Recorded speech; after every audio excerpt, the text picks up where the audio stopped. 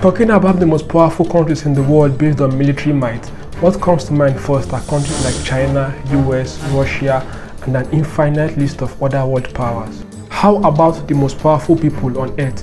It will definitely be the likes of Donald Trump, Vladimir Putin, Kim Jong-un of North Korea, who kills for a living, Xi Jinping of China. But no. Have you seen the American Dragon Man? A Vietnam War veteran who has military-grade weapons enough to start up his own small army that can face off the US Special Forces but might not come out victorious. Sorry, I mean might actually come out victorious. He has thousands of sophisticated military-grade weapons that he lost his wife due to the misuse of one of these weapons. You might be wondering how one man got to privately own such large amount of weapons ranging from bazookas, machine guns, military tanks, and a whole lot of others. But first, this was how it all started. Mel Bernstein was born in the year 1945 in Brooklyn, New York, to a Jewish family. While he was in school, he was not doing very well, so he called it a quit and joined one of the groups of American Army to go battle for America during the Vietnam War, where they lost about 58,000 soldiers. The war was actually a manifestation of the long-lasting Cold War between the United States and the Soviet Union. The war started in 1955 between the northern and southern Vietnam. The north was supported by the Soviet Union, China, and a number of communist states, while the south was supported basically by the United States, France, and a few other anti-communist states. The main reason the US engaged in the war was to uphold its anti-communist grounds. Basically, they were fighting against communism. This was the problem. During the rise of the World War II, Japanese forces invaded Vietnam to fight off both Japanese occupiers and the French colonial administration. A Vietnamese political leader, Ho Chi Minh, who was inspired by Chinese and Soviet communism, at that time formed the League for the Independence of Vietnam. In 1945, following Japan's defeat in World War II, Japan withdrew its forces from Vietnam, leaving the French Emperor Bao Dai in control of Vietnam. Seeing an opportunity to seize control of the whole Vietnam, Ho Chi Minh and his forces immediately rose up, taking over the northern city of Hanoi and declaring the Democratic Republic of Vietnam with Ho Chi Minh as president. France noticed this and, seeking to regain control of the region, backed Emperor Bao and set up the state of Vietnam in July 1949, with the city of Saigon as its capital. Both sides wanted the same thing, that is the northern Vietnam ruled by Ho Chi Minh and the southern ruled by Emperor Bao. All they wanted was a unified Vietnam. But while Ho Chi Minh and his forces wanted a nation modeled after other communist countries, Emperor Bao Dai, who was supported by France and other anti-communist states, wanted a Vietnam with close economic and cultural ties to the West. This clash of ideologies sparked conflict between the two groups, and at some point it led to a...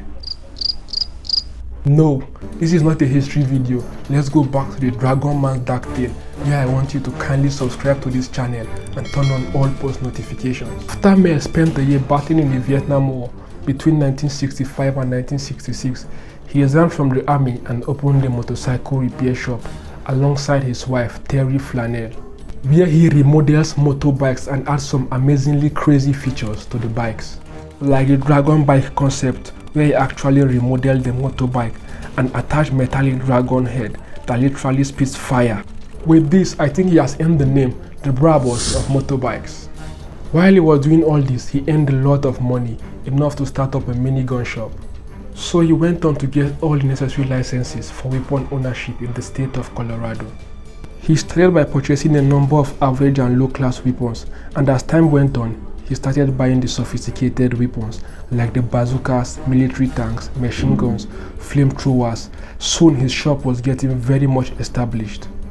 He went on to purchase 250 acres of land, which he named Dragonland, where he established 6 state-of-the-art shooting ranges, a military museum worth visiting, and a large gun shop. At some point in 2017, there was this speculation that he sold weapons to gangbangers, due to the fact that the weapons used in the October 2nd, 2017 mass shooting in Las Vegas, which led to the death of over 58 innocent people. The weapons used in the shooting were said to have been purchased from his store, but in his statement he never completely denied those claims, but he attested to the fact that after that particular shooting attack, hundreds of people came to his gun shop to purchase weapons for self-protection, which actually led to a rise in revenue in his arms business. Now, talking about the content of his armory, let's get a sneak peek of what his 6,000 weapons look like. First, he has about 1,000 mannequins dressed in military uniforms and standing firm in his museum, a number of military tanks, then a wide range of machine guns and other automatic and semi-automatic rifles, a lot of flamethrowers and thousands of grenades. His gun shop is estimated to worth over $10 million. Now let's talk about the sad part of all this. How did he lose his wife? On June 14, 2012, Mel Bernstein's wife, who doubles as his business manager, died in an accident while she was filming the promotional piece for a reality show titled Dragonland, featuring Mel Bernstein and his crew. While they were filming the last 30 seconds of the show, where Mel and his wife were to walk through a line of smoke containers, she was struck by one of the smoke containers, which turned into a rocket and exploded during a special effects smoke scene. And ever since then, he never got married to a human. What is quite ridiculous is that he has 4 beautiful dolls meant to keep him company. According to him in one of his interviews, these dolls don't ask for money, they don't go for shopping, all they do is listen to his opinions and they are very polite. Up until this day, he still runs his gun shop, military museum and shooting range, where he makes thousands of dollars annually and lives happily with his dolls in his 20th century styled apartment. Thanks for watching this video, hope you enjoyed it.